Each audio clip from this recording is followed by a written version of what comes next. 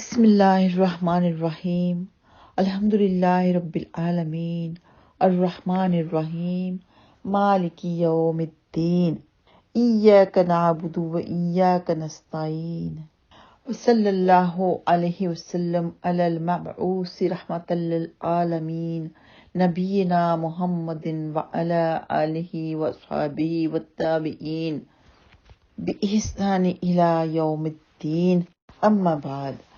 ہر طرح کی تعریف اللہ سبحانہ تعالیٰ ہی کے لیے ہے جو سب جہان والوں کا پالنہار ہے، جو بڑا مہربان نہایت رحم والا ہے، یوم جزا کا مالک ہے۔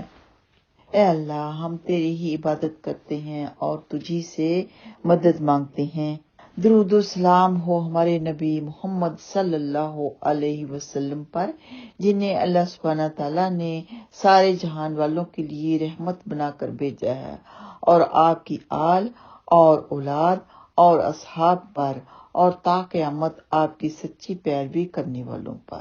اما بعد، ہم انشاءاللہ تعالیٰ بیان کریں گے برزخی زندگی اور قبر کے عذاب و آرام کے مسائل کے اوپر، اور یہ شائع ہوئی ہے خالد بن عبد الرحمن کی طرف سے۔ اس کا اردو میں ترجمہ کیا ہے محمد عرفان بن عمر مدنی نے، اور یہ اتھینٹک کتاب ہے، تو میں اسے آپ لوگوں کے سامنے پڑھنا چاہتی ہوں تاکہ میرے علم میں اور آپ لوگوں کے علم میں اضافہ ہو اور ہمیں پتہ چلے کہ برزخی زندگی کیا ہے۔ تو سب سے پہلا عنوان ہے اس کا، مومن روح کا عالم برزخ کا سفر۔ تو زیر بحث عنوان کے تحت میں ایک حدیث ذکر کی گئی ہے جس میں اللہ سبحانہ تعالیٰ کے رسول صلی اللہ علیہ وسلم نے انسانی زندگی کے آخری لمحات کو بڑے دل پذیر اور باریک انداز میں بیان کیا ہے۔ جسد خاکی سے روح کے نکلنے کے بعد روح کے زمین و آسمان کے درمیان سفر کا ذکر کیا ہے، یہاں تک کہ تمام ارواح عالم برزخ میں اپنے اپنے ٹھکانوں میں پہنچ جاتی ہیں، جو حسب اعمال ان کے لیے جائے عذاب یا جائے آرام ہوتی ہیں۔ اس جامع حدیث میں آپ صلی اللہ علیہ وسلم نے مومن، کافر، متقی و فاسق تمام مکلفین کے ارواح کے اس عظیم سفر کو بیان فرمایا ہے، جسے یہاں تفصیلی طور پر تمام الفاظ اور وایات کے ترجمہ کے ساتھ پیش کیا جا رہا ہے۔ حضرت براء بن عازب رضی اللہ تعالیٰ عنہ سے روایت ہے کہ ہم اللہ کے رسول صلی اللہ علیہ وسلم کے ہمراہ ایک انصاری صحابی کے جنازہ میں شرکت کے لیے نکلے۔ تدفین میت سے پہلے ہم قبرستان پہنچ گئے۔ آپ صلی اللہ علیہ وسلم قبلہ رخ ہو کر بیٹھ گئے۔ ہم بھی آپ صلی اللہ علیہ وسلم کے ارد گرد اس طرح کمال و ادب سے بیٹھ گئے جیسے ہمارے سروں پر پرندے بیٹھے ہوں۔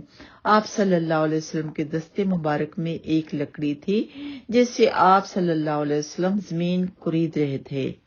3 مرتبہ آپ صلی اللہ علیہ وسلم نے اپنی نظر زمین و آسمان کی طرف اٹھائی اور پست کیا، پھر فرمایا، اے لوگو، عذاب قبر سے اللہ کی پناہ مانگو۔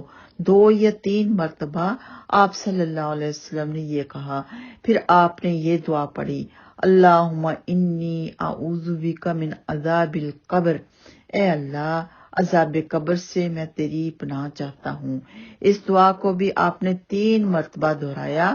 پھر آپ صلی اللہ علیہ وسلم نے فرمایا، جب بندہ مومن کا دنیا سے رخصتی اور عالم آخرت کی طرف کوچ کرنے کا وقت ہوتا ہے تو اس کے پاس انتہائی خوب روح مثل آفتاب روشن چہرے والے فرشتے آتے ہیں۔ ان کے ہمراہ جنت کا کفن اور خوشبو ہوتی ہے، اور میت کے قریب تا حد نظر بیٹھ جاتے ہیں۔ پھر ملک الموت علیہ السلام آتے ہیں اور مومن کے سہانے بیٹھ کر کہتے ہیں، اے پاکیزہ روح، اور دوسری روایت میں ہے، اے مومن روح، اپنے رب کی مغفرت اور اس کی رضا کی طرف چل۔ آپ نے فرمایا پھر یہ روح جسم سے ایسے نکلتی ہے جیسے مشکیزے کے منہ سے پانی ٹپکتا ہے، یعنی بآسانی نکلتی ہے۔ اس روح کو ملک الموت اپنے ہاتھوں میں لے لیتے ہیں۔ دوسری روایت میں ہے کہ مومن کی روح جب اپنے جسم سے جدا ہوتی ہے تو آسمان اور زمین کے درمیان اور آسمان میں موجود تمام فرشتے اس کے لیے دعائے مغفرت کرتے ہیں۔ سبحان اللہ۔ پھر آسمان کے تمام دروازوں کو اس کے لیے کھول دیا جاتا ہے اور تمام دروازوں پر حاضر ملائکہ اپنی طرف سے اس کی آمد کے لیے دعا کرتے ہیں۔ جو ہی ملک الموت روح قبض کر کے اپنے ہاتھ میں لیتے ہیں، پلک جھپکنے سے پہلے میت کے قریب موجود فرشتے اسے ان سے لے لیتے ہیں اور ساتھ لائے ہوئے کفن میں اسے رکھ لیتے ہیں۔ قبض روح کے متعلق ارشاد باری تعالیٰ ہے، توفتہ رسولنا وہم لا یفرطون۔ یہ سورۃ الانعام کی آیت نمبر 61 ہے کہ ہمارے فرشتے اس کی جان لے لیتے ہیں اور وہ ذرہ برابر بھی کوتاہی نہیں کرتے۔ اس پاکیزہ روح سے روئے زمین پر موجود مشک کی سب سے بہترین خوشبو پھوٹتی ہے۔ یہاں پر میں ایک بات آپ لوگوں کو بتانا چاہتی ہوں کہ یہاں پر اللہ سبحانہ تعالیٰ کا فرمان ہے کہ کوتاہی نہیں کرتے، فرشتے ذرہ بھی کوتاہی نہیں کرتے۔ اور اکثر میں نے اپنی زندگی میں سنا ہے کہ فلاں کو فوت کر دیا گیا، پھر وہ زندہ ہو گیا اور اس نے بتایا کہ فرشتے کہہ رہے تھے کہ ہم نے تو کسی اور کی جان نکالنی تھی لیکن آپ کی نکال دی، پھر اس کو زندہ کر دیتے ہیں۔ استغفر اللہ۔ تو یہ سب من گھڑت باتیں ہیں، وہ شیطان ان کو آ کر کہہ دیتا ہوگا، وہ بے ہوش ہو جاتے ہوں گے، لوگ سمجھتے ہوں گے کہ مر گیا، تو اس طرح شیطان ان کو گمراہ کر دیتا ہوگا۔ یہ سب من گھڑت باتیں ہیں، کیونکہ یہاں اللہ سبحانہ تعالیٰ فرماتے ہیں کہ فرشتے کوتاہی نہیں کرتے۔ تو یہ جو مر کر زندہ ہونے کا ڈرامہ کرتے ہیں تو یہ تو کہتے ہیں کہ فرشتوں سے کوتاہی ہو گئی۔ یہ ضرور بات میری نوٹ کر لیں، بلکہ اس کی ایک شارٹ ویڈیو بھی بنا لیتے ہیں تاکہ سب کو پتہ چلے کہ یہ من گھڑت بات ہے، کیونکہ اللہ سبحانہ تعالیٰ کا فرمان ہے فرشتے کوتاہی نہیں کرتے۔ اچھا جی، آگے ہے اس پاکیزہ روح سے روئے زمین پر موجود مشک کی سب سے بہترین خوشبو پھوٹتی ہے۔ پھر آپ صلی اللہ علیہ وسلم نے فرمایا، فرشتے اس روح کو لے کر آسمان کی طرف جاتے ہیں، فرشتوں کی جس جماعت سے ان کا گزر ہوتا ہے۔ تو کیونکہ ویڈیو کافی لمبی ہو رہی ہے، اب پارٹ 2 اسی عنوان کے اوپر انشاءاللہ تعالی نیکسٹ ویڈیو میں سینڈ کریں گے، لیکن ایپیسوڈز مجھے لگتا ہے کہ اس کی تقریباً 15-20 ہو جائیں گی۔ آپ اپنا خیال رکھیے، دعاؤں میں یاد رکھیے۔ السلام علیکم ورحمۃ اللہ وبرکاتہ۔